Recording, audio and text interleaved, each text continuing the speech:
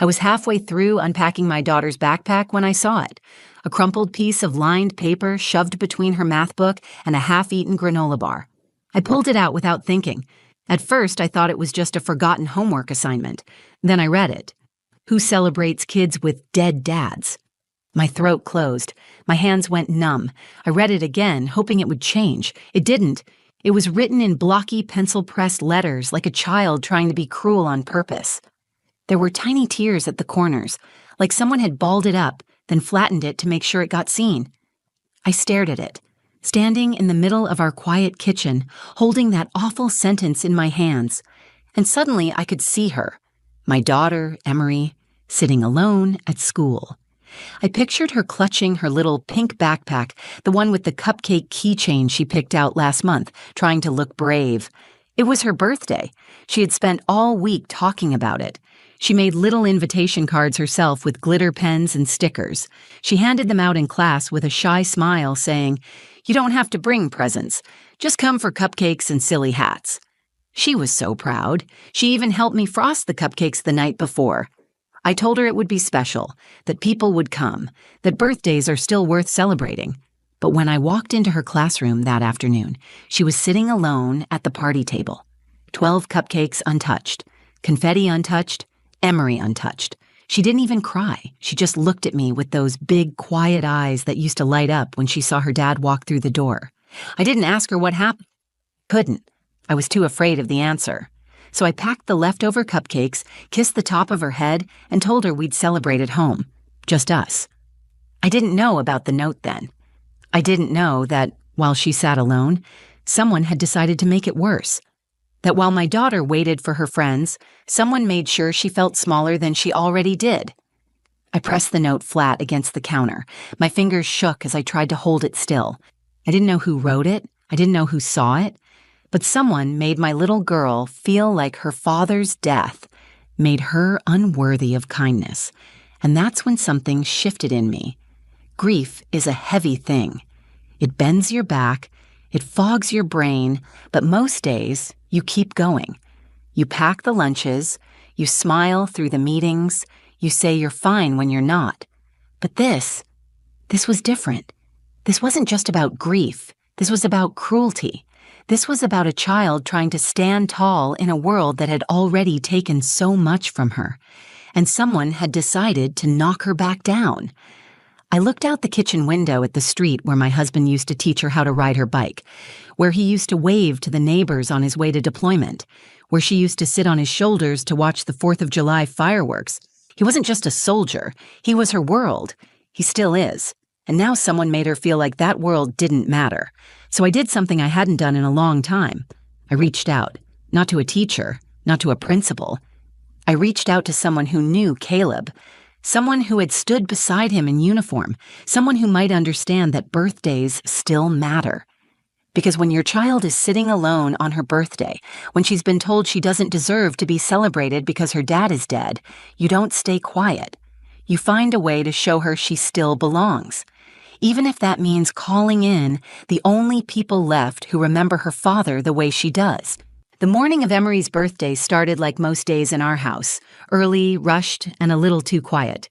I was up before the sun, packing her lunch and checking my work emails on my phone while coffee brewed. Emery sat at the kitchen table in her pajamas, slowly peeling the wrapper off a blueberry muffin but not eating it. She kept glancing at the cupcake container next to her backpack, where 12 carefully frosted treats waited for the classroom celebration. Chocolate with pink sprinkles, her favorite. "You sure you want to carry them yourself?" I asked, pouring her orange juice. She nodded, eyes still on the cupcakes. I got it. I watched her searching for a flicker of birthday excitement. Emery used to bounce off the walls on her birthday, waking us up at 5 in the morning to sing her own birthday song and count how many people might hug her that day. That changed after Caleb died. Her birthdays became quieter. Not sad, just smaller, like she was afraid to take up too much space. She finally looked at me. "Do you think they'll like them?" "Of course they will," I said. "You helped make them perfect." She didn't smile. She just nodded again and slipped off the stool. I bent down to help her with her shoes. As I tied the laces, I noticed she had clipped her dad's dog tags to the inside of her backpack. She always kept them close, but on special days, field trips, holidays, birthdays, she made sure they were with her. I touched the tag gently. "Dad would have brought the big glitter balloons," I said. She nodded again, this time with a half smile. "He used to make the whole class sing twice." I laughed quietly. He did. Loudly. We stood there for a second, both of us holding that moment between us like we were trying to keep him in the room. Then I kissed her forehead and helped her lift the cupcakes. On the drive to school, the sun came up soft and golden. I told her about the little surprise I'd packed in her lunch, one of those silly fortune fish and a tiny note that said, "You are magic." She didn't say much, but I caught her reading it again before she got out of the car. At drop-off, I watched her walk through the school gates with the cupcakes balanced in her arms. Her backpack looked heavy, her steps too slow for an 8-year-old on her birthday. Still, I told myself it would be fine. Kids get quiet as they grow. Grief changes them, but it doesn't erase joy. I had to believe that. After work, I picked up a small cake for just the two of us. Nothing fancy, just chocolate with blue icing. Caleb's favorite. Emery always said it made her feel like he was still at the table. I was even thinking about making her laugh by wearing the ridiculous birthday hat Caleb used to insist we all wear. I arrived at the school a few minutes early and waited by the office. The hallways were empty except for a janitor sweeping glitter into a dustpan. I smiled at the thought that maybe it came from Emery's party. Maybe they had fun. When the final bell rang, I walked toward her classroom. As I approached, I slowed down. The door was open and I could see inside. Emery was sitting alone at the back table. The same 12 cupcakes sat there, untouched. One was missing, probably hers. The balloons I gave her were still tied to her chair, drooping now. Her teacher stood by her desk, quietly collecting papers, avoiding eye contact with me. I stepped inside, trying to keep my voice steady. "Hey, birthday girl." Emery looked up and smiled, small and unsure. "Hi, Mommy." I knelt beside her, brushing her hair behind her ear. "No one came?" I asked gently. She shrugged. "Maybe they forgot." Her voice was flat, not bitter, not angry, just tired. That was the worst part. Not the cupcakes sitting there like a joke, not the empty chairs, not the decorations that never got touched. It was that she had already started explaining it away. She had already learned how to protect other people's feelings before her own. I stood up slowly, feeling a tightness in my chest that I hadn't felt since the funeral. Her teacher walked over looking embarrassed. I'm really sorry. I thought some of them would come. Emery passed out invites last week, and some of the kids said they were excited." I didn't respond. I just nodded and started gathering the cupcakes. As we walked to the car, Emery held my hand without saying a word, and I told myself we'd try again next year. I told myself she'd forget. But later that night, when I found the note, I realized she never had a chance to. After Emery went to bed that night, I sat on the floor in the laundry room and cried. Not the quiet kind of crying you can hide, the kind that comes from deep in your chest, where everything you've held back finally breaks free. I muffled it in a towel so she wouldn't hear. I didn't want her to feel like she had to comfort me on her own birthday. I had kept it together in front of her. I smiled through dinner, let her pick the movie, even sang happy birthday with the small cake I bought. I watched her blow out the candle without making a wish. She just stared at the flame for a moment, then puffed it out with a tiny breath and said, "Thanks, Mommy." Then she cleaned her plate and went to brush her teeth, like it was any other day. Once she was asleep, I started unpacking her school bag. That's when I found the note. It was folded into a tight square, shoved into the outer pocket. At first, I thought it was a scrap of paper she doodled on, maybe something she forgot to turn in. But when I opened it, the words hit me like a punch to the chest. "Who celebrates kids with dead dads?" My hands shook. I read it again. I turned it over, hoping for context, hoping for something to make it feel less cruel. But it was just that one sentence. Sharp. Final. Meant to hurt.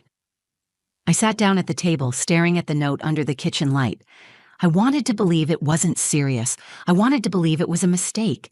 Maybe some cruel joke between kids who didn't understand the weight of what they were saying. But Emery understood. She carried the weight of those words all day. She sat alone while every other child ignored her, and she still came home and smiled at me. She still said thank you.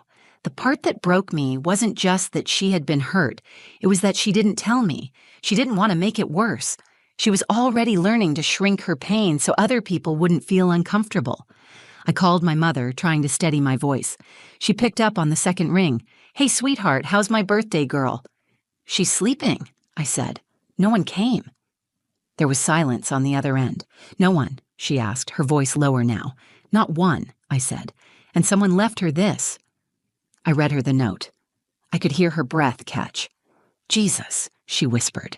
"Do you know who wrote it?" "Number and I don't care. I care that she saw it. I care that she thought it was about her. She's just a child, Grace. She's my child, and today she felt like she didn't matter because her dad is gone." I hung up the phone and sat in the dark. I didn't know what to do. I couldn't fix it with a school email or a classroom talk. I couldn't erase the memory of her sitting alone or the sound of her saying, "Maybe they just forgot." Caleb would have known what to do. He always had a way of making Emery feel seen. He used to dance around the kitchen in his uniform on his way out the door just to make her laugh. He made her feel safe even when the world didn't. I couldn't fill that space. I had tried. I brought the cupcakes. I tied the balloons. I smiled when I was breaking inside. I stood up and looked around the living room. Photos of Caleb lined the shelves. Emery had framed one of him holding her on his shoulders during a Memorial Day picnic. Her handwriting was on the bottom in purple marker. "My hero." I walked over and picked up my phone. There was one name I hadn't called in a long time. Danny Reyes, one of Caleb's closest friends from his unit. They had deployed together twice. After the funeral, Danny had told me, "If Emery ever needs anything at all, you call me." Doesn't matter how many years go by. I typed out a message. "Hey, Danny, it's Grace. I know it's been a while. Emery had a really hard birthday today. No one showed up. She found a note in her bag. I don't know why I'm reaching out. Just thought you'd want to know." I didn't expect a response. It had been 2 years. He probably had his own family, his own life. I put the phone down and went upstairs. But as I pulled the blanket up around Emery, her face lit by the nightlight, I made a quiet promise. I couldn't bring her father back, but I wasn't going to let the world forget him, or her. She deserved to be remembered, to be celebrated, and I would find a way to make sure of it. I didn't sleep that night. I lay in bed staring at the ceiling, waiting for the sun to rise so I could pretend to be strong again. Down the hall, Emery slept curled around her stuffed bear, the one her dad bought her at the base gift shop just before his last deployment. The dog tag she wore around her neck clinked softly against the metal bed frame every time she shifted. I couldn't shake the image of her sitting in that classroom. Bright birthday crown on her head, a table full of cupcakes, no one beside her. I kept asking myself what I had missed. Had I ignored a sign? Should I have stayed for the party? Should I have warned her that not all kids are kind? But none of that mattered now. What mattered was what I did next. Just after 2 a.m., my phone buzzed on the nightstand. I turned it over and saw the name I had almost given up on. Danny Reyes. The message was short. "Say no more. We've got it covered." At first, I didn't know what he meant. I stared at those 5 words, wondering if he just meant to offer comfort or if he was planning something. I didn't ask. I didn't want to interfere. Part of me feared hoping too much. Danny had been Caleb's closest friend in the Army. They trained together, deployed together, survived things I still don't fully understand. After Caleb's funeral, Danny hugged Emery so tight she almost disappeared in his arms. He called her Little Firecracker, just like her dad used to. I hadn't heard from him since the Christmas after Caleb died. But now, in the middle of the night, he answered. I sat at the kitchen table, turning the note from Emery's backpack over and over in my hand. I still didn't know who wrote it, but I realized it didn't matter anymore. The note wasn't about one cruel sentence. It was about what we were going to do with it. The next morning, Emery woke up and padded into the kitchen in her socks. "Do I have to go to school today?" she asked. I shook my head. "Number, we're staying home." She looked relieved, but then her eyes dropped to the table where the folded note still sat. She didn't ask about it, but I could tell she'd seen it. I knelt beside her and took her hands in mine. "Em, what happened yesterday wasn't your fault. None of it. Some people don't know how to be kind, especially when they don't understand someone else's story. But you're not broken. and your dad would be so proud of how strong you are." She didn't speak. She just wrapped her arms around my neck and held on longer than usual. Later that day, I took her to the park. We got ice cream. I let her pick dinner. I didn't bring up the party, the note, or the other kids. I just let her be a child. But all through the day, she kept glancing at me like she was waiting for something. Maybe a question. Maybe a sign that she wasn't as invisible as she felt. After she went to bed, I texted Danny. "Are you sure?" His reply came back fast. "Absolutely, we're family." The next evening, I noticed movement on the front porch. I peeked through the curtains and saw a car pulling up, then another truck behind it. I stepped outside just as the third vehicle stopped at the curb. Doors opened, boots hit the ground. 6 veterans in full dress stood silently in our front yard. They weren't strangers to me. One had shared Thanksgiving at our house. One had helped Caleb move his gear before deployment. One had carried his flag at the funeral. All of them had known my husband not just as a soldier, but as a father and a friend. Each one held something: a birthday cake, a stack of envelopes, balloons, a folded photo of Caleb in uniform, standing with all of them overseas, grinning with his arm slung around Danny's shoulder. I opened the door, unsure what to say. I didn't have to say anything. Danny stepped forward. "We missed the party. We wanted to make it right." Then I heard the soft shuffle of feet behind me. Emery stood barefoot in the doorway, clinging to her bear. Her eyes widened. She whispered barely loud enough for me to hear, "Those are Dad's friends." I turned to her, surprised. "You remember?" She nodded slowly. "From the pictures." Danny knelt down and held out the cake. "Happy birthday, firecracker." Emery's lips parted, then curled into the kind of smile I hadn't seen in months. She stepped forward. I watched her take the cake, the letters, the love. She didn't have to say anything. They knew. They understood. And for the first time in a long while, so did she. They came not with noise, but with purpose. 6 veterans stood at the foot of our porch, lined up like they were still on duty, boots polished, backs straight, arms full of love disguised as birthday gifts. Emery clutched my arm, her eyes locked on them like she couldn't believe they were real. Danny looked up at her and smiled. "We served with your dad," he said. "He told us all about you, said you liked to sing while you brushed your teeth." Her mouth twitched, like she wanted to smile but wasn't sure if she was allowed. I felt her fingers squeeze tighter around mine. "You have his eyes," another vet said softly, "and his quiet stare. He'd talk about you at night when we were out there. Said you were brave, just like your mom." That did it. She took a single step forward, then another. She let go of my hand and moved to stand in front of them. Her eyes were full of something I hadn't seen in so long. Recognition. Not of faces, but of belonging. Danny pulled a birthday crown from his pocket and gently placed it on her head.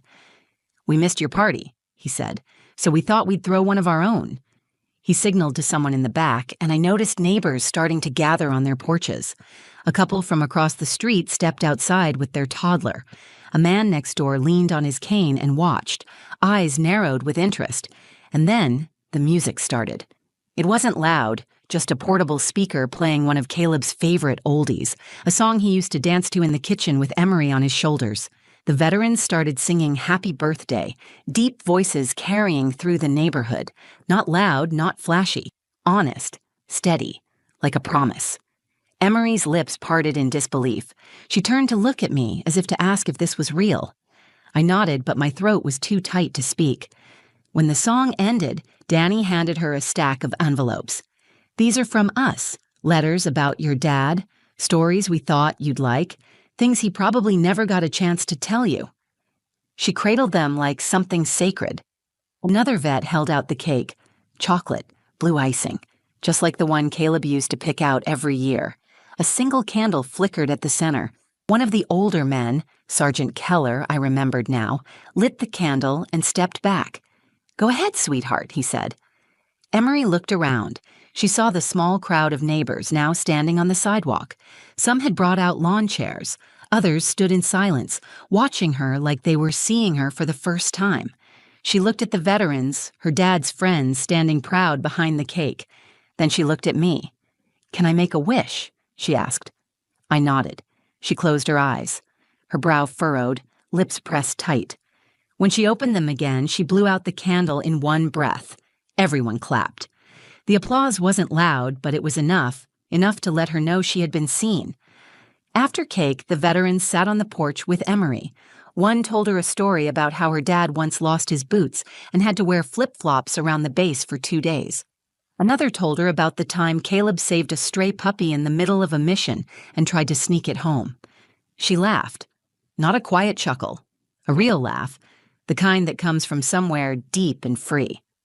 One of the younger veterans pulled a small charm from his pocket, a pendant Caleb used to wear on his tags, and handed it to her. "Your dad wanted you to have this someday. He told me to give it to you when you were ready." Emery held it tight in her palm. She didn't say a word. She didn't need to. I stood behind her, watching the girl who had sat alone in a classroom just 2 days earlier now, surrounded by people who didn't just show up. They saw her. They carried her father's memory. They carried her too. The neighbors started coming forward, one by one. A couple of parents apologized. One mom brought over a tray of cookies. Another offered to help plan something for next year. But none of that mattered as much as the moment already happening. Because this wasn't just about a birthday anymore. It was about identity, about a girl remembering she came from someone brave, someone loved, someone who had family beyond blood. She wasn't invisible. She wasn't forgotten. She was Caleb's daughter. And she was surrounded by proof that he was still here, alive in stories, in loyalty, in love. That night, after the last of the neighbors drifted back to their homes and the porch lights dimmed, Emery sat cross-legged on the living room rug, surrounded by letters. The wrapping paper had been cleared, the cake half-eaten, the balloons tied to chairs like they were waiting for morning. But she wasn't interested in any of that. She was focused on the stories left behind by the people who had known her father best. She opened one letter at a time. Some were short, others several pages long. They told her about her dad's jokes, the way he always carried extra candy in his pocket for kids on base, how he used to write poems in a beat-up notebook no one else was allowed to read. She read them out loud, stumbling over a few words, then reading them again so she got it right. At one point, she looked up and said, "Did you know Dad could play guitar with his eyes closed?" I smiled. "He used to do it to make me laugh. Said it made him feel like a rock star." She nodded seriously. "That's what this guy said, too." She picked up another envelope and pressed it to her chest before opening it. It was from Danny, a handwritten note, full of truth and love. At the end, he had written, "He talked about you every day. He said being your dad was the best thing he ever did. He called you his reason for everything." When she finished reading, she leaned against me and didn't speak. Her eyes were red, but she wasn't crying. She was quiet in the way people are when they feel safe again. Later, as I tucked her into bed, she reached for the small pendant Danny had given her and held it up. "Do you think Daddy would have liked today?" she asked. I sat on the edge of the bed and brushed her hair from her forehead. I think he would have said this was the best birthday he never got to see. She smiled, then turned to look at the photo of him on her nightstand, the one where he was holding her as a baby, grinning like he had everything in the world. "He didn't miss it," she said softly. "Not really." I turned out the light, but I stayed a moment longer at the door. I wanted to remember her just like that, calm, whole, wrapped in love. And I thought about everything that had happened over the last 2 days, about the note, the silence, the heartbreak, about the people who stayed quiet, about the ones who stepped forward. I thought about how loss isolates, how it convinces you that your pain is something to carry alone. But that night proved something different. It proved that grief does not have to be silent. It proved that kindness still exists in quiet corners and in people you haven't spoken to in years. It reminded me that showing up doesn't need to be complicated. It just needs to be honest. The veterans didn't come with fancy decorations or a big production. They didn't ask for recognition. They came with memories and presence. They came because they remembered Caleb. And through remembering him, they honored Emery. That's what changed everything. They didn't try to fix the pain. They didn't deny it existed. They simply stepped into the space where pain lived and said, "You're not alone in this." And sometimes that's all a child needs. Not answers, not explanations, just someone to say, "We see you. We're here." The next morning, Emery asked if she could bring the letters to school for show and tell. "Are you sure?" I asked. "After what happened?" She nodded. "I want them to know who my dad was. I want them to know I'm not just the girl with the dead dad. I'm the girl whose dad was a hero." That's when I knew the weight of that note in her backpack had lifted. She wasn't carrying shame anymore. She was carrying legacy, and from that day forward, so was I. Because sometimes the loudest kind of healing doesn't come from the people closest to you. It comes from those who remember your story, who step back into your life not because they have to, but because they choose to. And that kind of love, once it shows up, never really leaves. If this story moved you, even just a little, take a second and share it with someone who might need to hear it. Maybe a parent doing their best. Maybe a child who feels invisible. Maybe someone who's forgotten how much showing up can mean. If you've ever felt the weight of grief, if you've ever been made to feel like you don't belong, I hope you know this. There are still people out there who will stand beside you, who will show up with cake and stories and quiet love when it matters most. Leave a comment below if this reminded you of someone you've lost or someone you'll never stop showing up for. I read every single one, and I'd love to hear your story. And if you believe in kindness, in family, in not letting people disappear into silence, please like the video, subscribe to the channel, and hit the bell so you don't miss the next story. Because around here, we don't just tell stories. We remember people, and that makes all the difference.